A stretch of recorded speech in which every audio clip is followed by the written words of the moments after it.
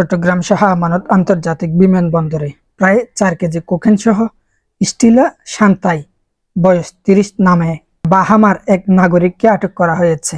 সোমবার 15 জুলাই সকাল 10:30টার দিকে বিমানবন্দর থেকে কোকেন সহ তাকে আটক করা হয়। মাদকদ্রব্য নিয়ন্ত্রণ অধিদপ্তরের উপপরিচালক হুমায়ুন কবির খন্দকার এ তথ্য নিশ্চিত করেছেন। জানা যায়, গত 12 জুলাই এমিরেটসের ফ্লাইটে ব্রাজিলের সাও পাউল থেকে রওনা দিয়ে দুবাই ট্রানজিট হয়ে 13 জুলাই অত্র বিমানবন্দরে ল্যান্ড করে। তখন থেকেই ওই বাহামার নাগরিক এয়ারপোর্ট সিকিউরিটি, এফবিএন ও ইন্টেলিজেন্সের নজরদারিতে ছিলেন, কিন্তু সেদিন তার সঙ্গে কোনো লাগেজ ছিল না।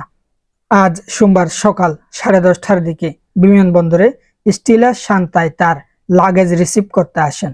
এ সময় সন্দেহ হলে তার লাগেজ তল্লাশি করে একটি ইউপিএস এর ভেতর থেকে 3 কেজি 900 গ্রাম ওজনের কোকেনের প্যাকেট পাওয়া যায়। এ সময় ওই কোকেন সহ বাহামারের ওই নাগরিককে আটক করা হয়।